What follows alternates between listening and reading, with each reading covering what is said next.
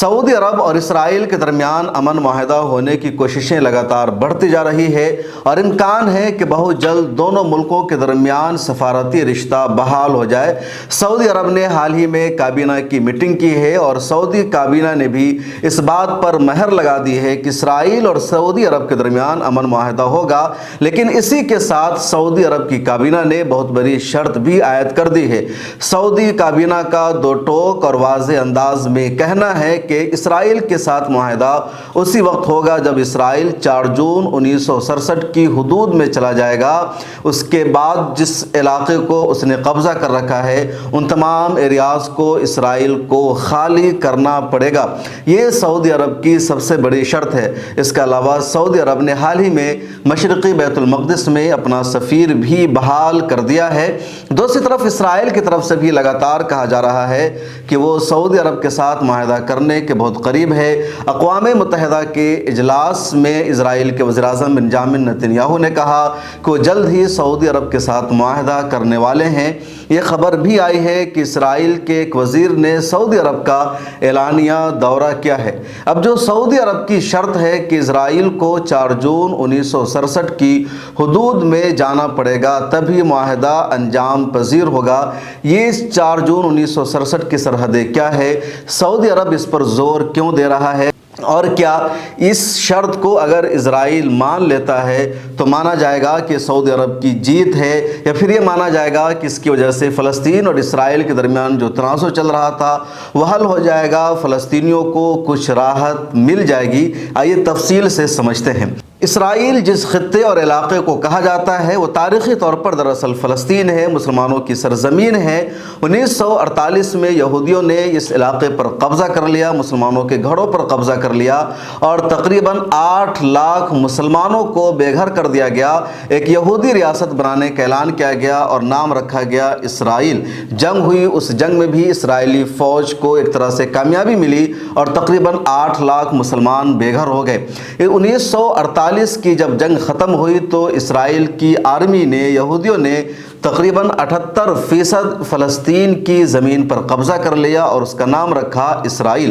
لیکن ابھی بھی 22% علاقہ ایسا بچا ہوا تھا جہاں پر مسلمان آباد تھے، جس پر اسرائیل کا کنٹرول حاصل نہیں تھا، اور وہ علاقہ اردن اور مصر کے زیر انتظام رہا۔ مشرقی بیت المقدس جہاں مسجد اقصیٰ کا پورا کیمپس واقع ہے وہ بھی اردن کے زیر انتظام رہا اور وہاں پر اسرائیل کا قبضہ نہیں تھا۔ اسرائیل نے اس حصہ کو اپنے قابو میں نہیں کیا تھا۔ کہا جا رہا ہے کہ اسرائیل کا اسی وقت منصوبہ تھا پورے فلسطین پر قابض ہونے کا، لیکن کامیابی نہیں مل سکی اور صرف 78% علاقے پر کنٹرول کرنا پڑا۔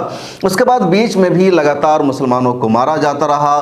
صرف بارڈر کراس کرنے کے آروپ میں تقریباً 1 لاکھ سے زیادہ مسلمانوں کو اسرائیل کی آرمی نے مارا اور لگاتار ٹینشن کریٹ کیا جاتا رہا۔ اس کے بعد 5 جون 1967 میں اسرائیل نے مصر کے فوجی ہوائی اڈہ پر حملہ کر دیا، اور حملہ اتنا خطرناک تھا کہ تقریباً 90% مصر کی جو فضائیہ تھی، مصر کا جو فوجی ہوائی اڈہ تھا، ان کے جو جہاز تھے وہ تمام تباہ و برباد ہو گئے۔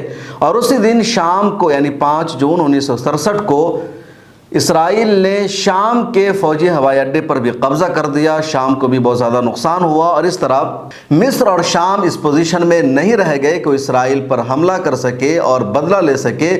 اس طرح اسرائیل کو برتری مل گئی اور اردن نے بیچ میں آنے کی کوشش کی، لیکن اردن کی آرمی بھی اس قابل نہیں تھی کہ اسرائیل کی ٹرینڈ آرمی کا مقابلہ کر سکے۔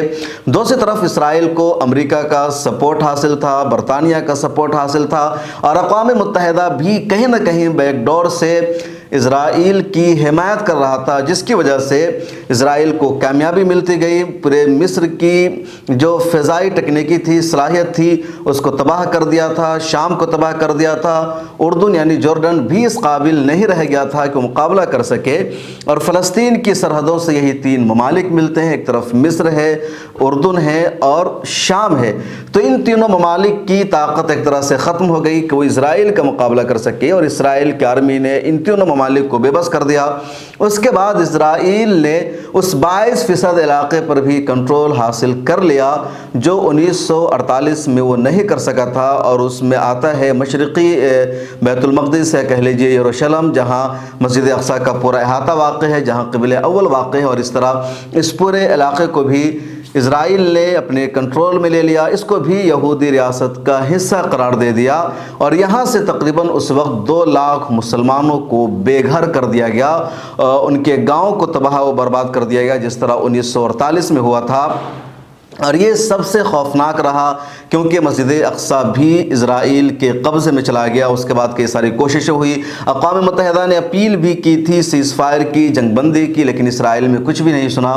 اس کے بعد ایک معاہدہ طے پایا جس کے تحت یہ کہا گیا کہ قبلہ اول یعنی مسجد اقصیٰ کی جو نگرانی ہے وہ اردن کے زیر انتظام ہوگا، اور وہاں کی جو فوج ہوگی، جو پولیس ہوگی، وہ اسرائیل کی ہوگی، اور اس طرح پچھلے تقریباً 50 سالوں سے قید و بند کی زندگی گزارنے پر مجبور ہیں۔ فلسطین کے مسلمان، ان کا کوئی پرسان حال نہیں ہے، فلسطین کے مستقل اسٹیٹ ہونے کا جو درجہ تھا وہ بھی چھن گیا، اور اسرائیل ایک طرح سے اسٹیٹ بن گیا، دنیا نے اس کو تسلیم کر لیا، اور فلسطین ایک ملک بھی باقی نہیں رہ سکا۔ دوسرا ایریا غزہ پٹی کا ہے، جس کی سرحد ایک طرف مصر سے ملتی ہے، دوسری طرف سمندر ہے، اور کہیں نہ کہیں اسرائیل کا وہ ایریا ملتا ہے، تو اس پتلی گلی پر بھی اسرائیل نے اپنی آرمی کو بیٹھا دیا اور غزہ کا ہر طرف سے محاصرہ کر لیا گیا۔ لیکن اسی غزہ میں مسلمانوں نے جواں مردی سے کام لیا، ہمت سے کام لیا، اور ہمیشہ ان پر جو ظلم ہوا اس کا انہوں نے مقابلہ کیا غزہ پٹی سے۔ تو اس طرح یہ تاریخ فلسطین کی۔ اب سعودی عرب کے ولی عہد محمد بن سلمان اور پوری سعودی کابینہ کا یہ کہنا ہے کہ اسرائیل کے ساتھ جو معاہدہ ہوگا تو اس معاہدے کی شرط یہ ہے کہ 4 جون 1967 تک اسرائیل کی جو سرحدیں تھی وہی سرحدیں ہوگی۔ اس کے بعد فلسطین کے جن علاقوں کا کنٹرول حاصل کیا اسرائیل نے، اس علاقے کا کنٹرول مکمل طور پر ختم کرنا پڑے گا، اسرائیل کو وہاں سے جانا پڑے گا، اور وہ جو کنٹرول ہے وہی مشرقی بیت المقدس کا ایریا ہے۔ ولی عہد محمد بن سلمان یہ بھی کہہ چکے ہیں کہ مشرقی بیت المقدس میں فلسطین کی راجدھانی ہوگی، وہاں اسرائیل کی راجدھانی نہیں ہوگی، اس کے کچھ بھی آفیشلز وہاں نہیں ہوں گے۔ تو یہ اصرار ہے، یہ کہہ لیجئے یہ شرط ہے سعودی عرب کے ولی عہد کی۔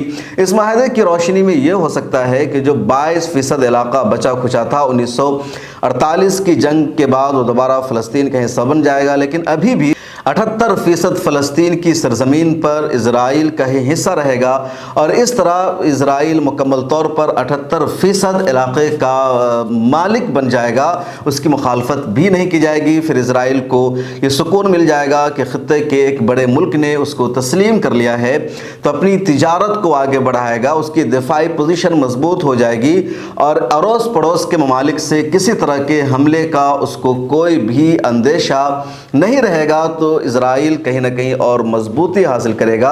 ابھی تک 2 گروپ ہیں دنیا کے، کچھ ممالک وہ ہیں جو 2 ریاستی حل چاہتے ہیں، یعنی اسرائیل ایک ریاست بن چکا ہے 1948 میں فلسطین پر قبضہ کر کے، اب جو فلسطین کا بچا کھچا علاقہ ہے اور 1967 کی جو سرحدیں تھی اس کے مطابق فلسطین کو بھی ایک ریاست کا درجہ قرار دیا جائے اور ایک آزاد ملک تسلیم کیا جائے۔ دنیا کے کچھ ممالک کی سوچ وہ ہے جو یہودی نواز ہیں کہ اسرائیل ہی ریاست رہے، فلسطین کا نام و نشان نہ رہے، اور جو عرب ہیں زیادہ تر جو فلسطینی ہیں اور جو چیزوں کو سمجھتے ہیں، جن کو سچائی کا پتہ ہے، تاریخ کا علم ہے، ان کی سوچ یہی ہے کہ فلسطین نام کی ہی ریاست ہونی چاہیے، اور اسرائیل جو دیش بنا ہے وہ فلسطین کی زمین پر قبضہ کر کے بنا ہے، لہٰذا یہ اللیگل اسٹیٹ ہے، غیر قانونی ہے۔ اسرائیلیوں کو، یہودیوں کو خالی کر کے وہاں سے جانا چاہیے، فلسطینیوں کو ان کا وطن، ان کی زمین، ان کا گھر، ان کا ولیج واپس کر دینا چاہیے، اور یہی صحیح موقف ہے، اور اسی کے لیے حماس لگاتار جنگ کر رہا ہے، حزب المجاہدین کی جنگ ہو رہی ہے، فلسطینی عوام اپنے وطن سے قابضین کو بھگانے کی جد و جہد کر رہی ہے۔ اب سعودی عرب کا کہنا یہ ہے کہ 78% جو اسرائیل کا ہے وہ رہے، 22% جس پر بعد میں قبضہ کیا اسرائیل نے وہ دوبارہ فلسطینیوں کو مل جائے اور ایک ملک کا درجہ قرار دیا جائے۔ آپ کو کیا لگتا ہے کون سی تحریک صحیح رہے گی، کون سی کوشش صحیح ہوگی؟